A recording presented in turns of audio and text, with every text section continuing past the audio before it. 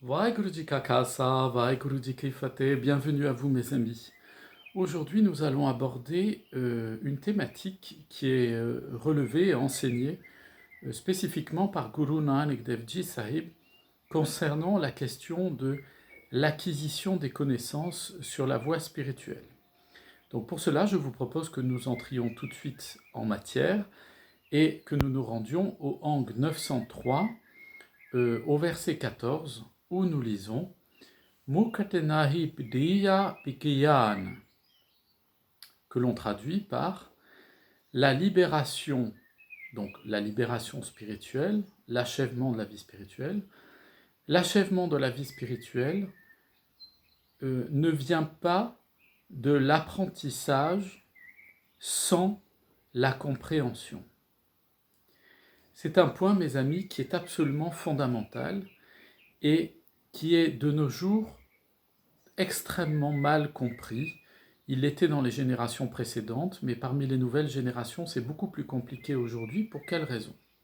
Eh bien, si on remonte un verset plus haut, au verset 13, voici ce que nous dit Guru Nanak Dev Ji.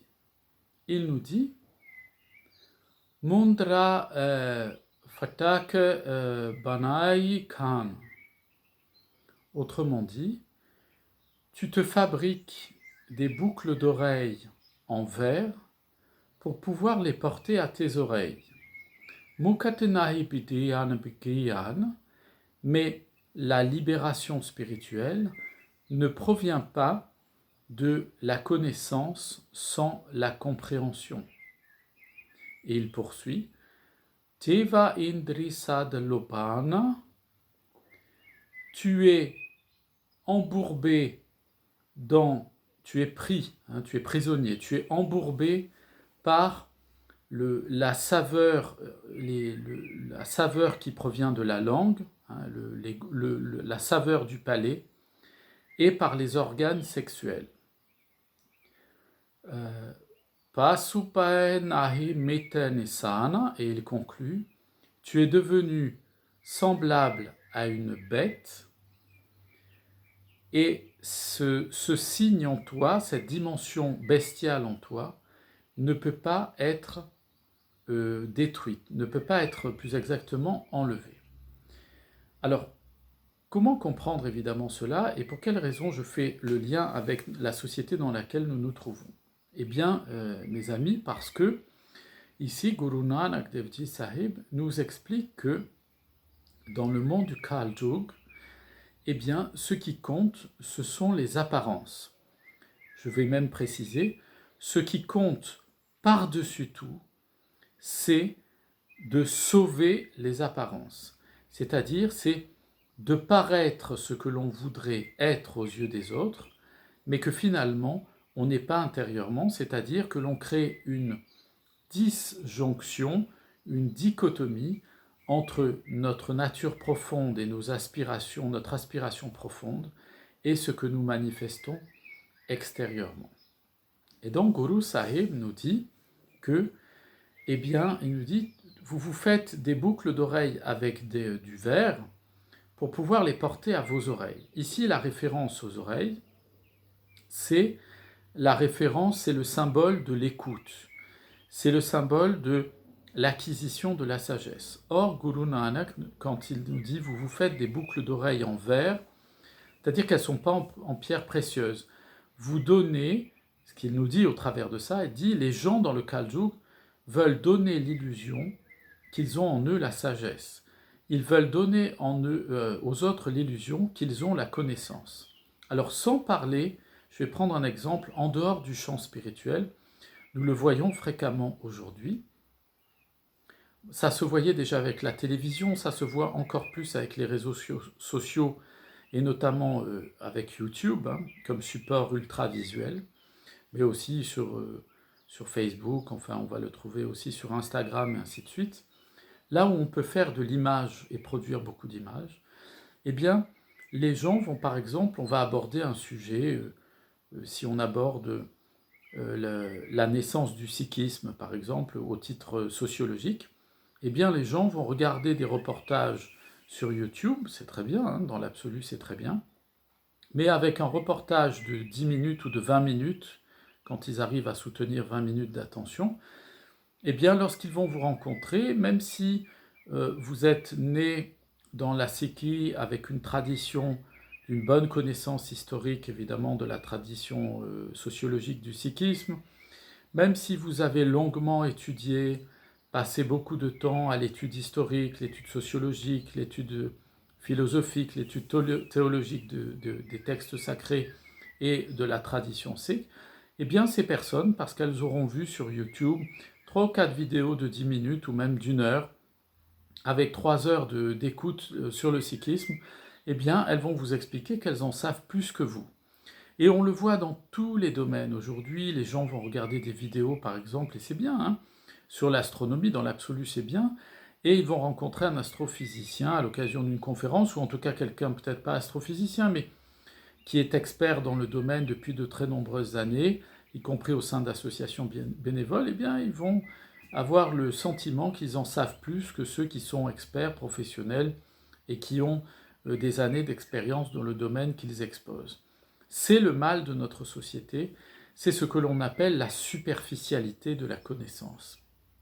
Et c'est ça qui est dénoncé ici par Guru Nanak Dev Ji, c'est que Guru Sahib ici nous dit en fait, cette connaissance superficielle des choses, c'est même pas une connaissance encyclopédique, ce serait bien, c'est une connaissance très superficielle des choses, donne l'illusion aux autres et à soi-même, eh bien que on maîtrisera un sujet. C'est ça qu'il appelle les boucles d'oreilles en pâte de verre qui sont portées aux oreilles. C'est-à-dire, on a l'impression que parce qu'on a appris 3 ou 4 choses, par exemple dans la Sikhi, eh bien, on peut faire la leçon aux autres et on peut ouvrir sa bouche à tout moment pour tout dire, tout faire, tout commenter, venir contredire en permanence toute forme de discours qui, lui, est étayé et ancré dans une connaissance qui est longue, ancienne et durable depuis des années. Bref, le mal de notre société, c'est de penser que les champignons qui ont poussé avant-hier en savent beaucoup plus que les arbres qui sont là depuis des millénaires. C'est le mal, le propre signe du mal dans le Kal Yuga, c'est justement le mépris de la transmission de la connaissance. Pourquoi? Parce que la transmission de la connaissance, elle suppose ce que nous dit Guru Nanak Dev Ji, Mukte nahi pidiya pigiyan, c'est-à-dire que on ne se libère pas intellectuellement et spirituellement simplement en entassant des informations, comme le font les gens en passant leur journée entière sur YouTube ou sur les réseaux sociaux à entendre des choses sur différents sujets. Guru Sahib dit Pitiyan Pikiyan. Il n'y a pas de connaissance solide s'il n'y a pas Pikiyan, de compréhension profonde. Autrement dit, Guru Sahib nous dit ici, Guru Maharaj nous dit que la vie spirituelle, l'acquisition des connaissances dans la vie spirituelle, c'est des heures et des heures passées à l'étude. C'est s'asseoir au pied du Sadguru, écouter ses enseignements, écouter la compréhension des textes, comprendre le sens des mots, leur origine, le contexte dans lequel ils sont exprimés, et pourquoi est-ce que les textes sacrés s'expriment d'une manière ou d'une autre. C'est pas en écoutant 3-4 petites vidéos comme ça sur YouTube qu'on va fondamentalement comprendre, acquérir une connaissance profitable à la vie spirituelle, qu'on va acquérir une compréhension profonde des choses. Alors, évidemment, les vidéos qui sont rapides, qui sont courtes, qui présentent un certain nombre de choses, comme moi je peux faire dans mes sujets, je vous présente dans mes enseignements, mais je le précise au moins une fois sur deux, que je suscite en vous le désir d'approfondir ces sujets-là. Et non pas, je n'ai jamais la prétention, bien entendu, je m'en préserve, de vous donner l'exhaustivité de l'enseignement sur un point en particulier, même sur un détail particulier. Pourquoi? Parce que le Shabbat Guru, la parole divine, elle est à des profondeurs qui sont abyssales, qui sont immenses, et que nous avons toute la vie pour approfondir savoureusement chacun des termes, chacun des versets qui sont enseignés, et chacune des stances, chacun des sloks qui nous est transmis et qui vient parler à la fois à notre corps, à notre âme et à notre esprit, bien entendu. Et donc Guru Sahib nous dit attention, attention mes amis, à ne pas vous fabriquer des boucles d'oreilles en pâte de verre, à vous fabriquer une fausse connaissance spirituelle qui ferait jaillir en vous l'orgueil de penser que eh bien, vous êtes abouti spirituellement et qu'à ce titre-là, effectivement, vous avez l'illusion, parce que vous avez un peu picoré à droite et à gauche des informations, de maîtriser globalement un sujet. À ce titre-là, et pour vous amuser un peu mes amis, dans un contexte différent du sikhisme, au cours de ma formation, notamment en me spécialisant dans les langues sacrées, et notamment les langues sacrées anciennes orientales, je présentais il y a longtemps de cela, pour le compte d'ailleurs du département du Var, une exposition d'archives notamment médiévales et de la période de la Renaissance également, qui étaient des fragments de parchemin retrouvés d'une synagogue détruite. Donc c'était évidemment écrit en hébreu, matiné par moments d'hébreu médiéval. Et dans cette exposition publique qui avait été organisée par le département, eh bien, on m'avait demandé de présenter tout un aspect qui concernait aussi ce qu'on appelle la Kabbalah Kdosha en hébreu, c'est-à-dire la Kabbale mystique, la connaissance mystique des textes sacrés en hébreu. Cette connaissance mystique, et qu'en français on appelle ordinairement la Kabbale, et qui a pris d'ailleurs des acceptions tout à fait déviantes pour aujourd'hui signifier tout autre chose que ce qu'elle est fondamentalement historiquement. Bon, revenons à nos moutons. Et donc tout ça pour vous dire, mes chers amis, que en présentant cette exposition, c'était sur un week-end aux archives départementales, eh bien, passe un monsieur qui avait l'habitude de s'informer ça et là par des petits reportages, des petites vidéos, de petits articles qu'il lisait à droite et à gauche, et il regarde un des documents sur parchemin qui était exposé, qui était un fragment d'un commentaire kabbalistique en fait, d'un passage du prophète Ésaïe dans la Bible, et il se penche là-dessus, il examine avec un œil circonspect, et puis il lit le petit cartouche qui explique qu'il s'agit d'une référence à la Kabbale juive, ainsi de suite. Et là, il se tourne vers moi et me regarde d'un air triomphant, en tout cas très assuré et très assuré et très affermi, et me dit « Ah, c'est de la Kabbale. Oui, oui, je l'ai lu, la Kabbale, effectivement, je connais tout de ça. » Alors, évidemment, jusque-là, vous pourriez me dire qu'est-ce qu'il y a d'extraordinaire dans votre anecdote, Mehtab Singh, finalement?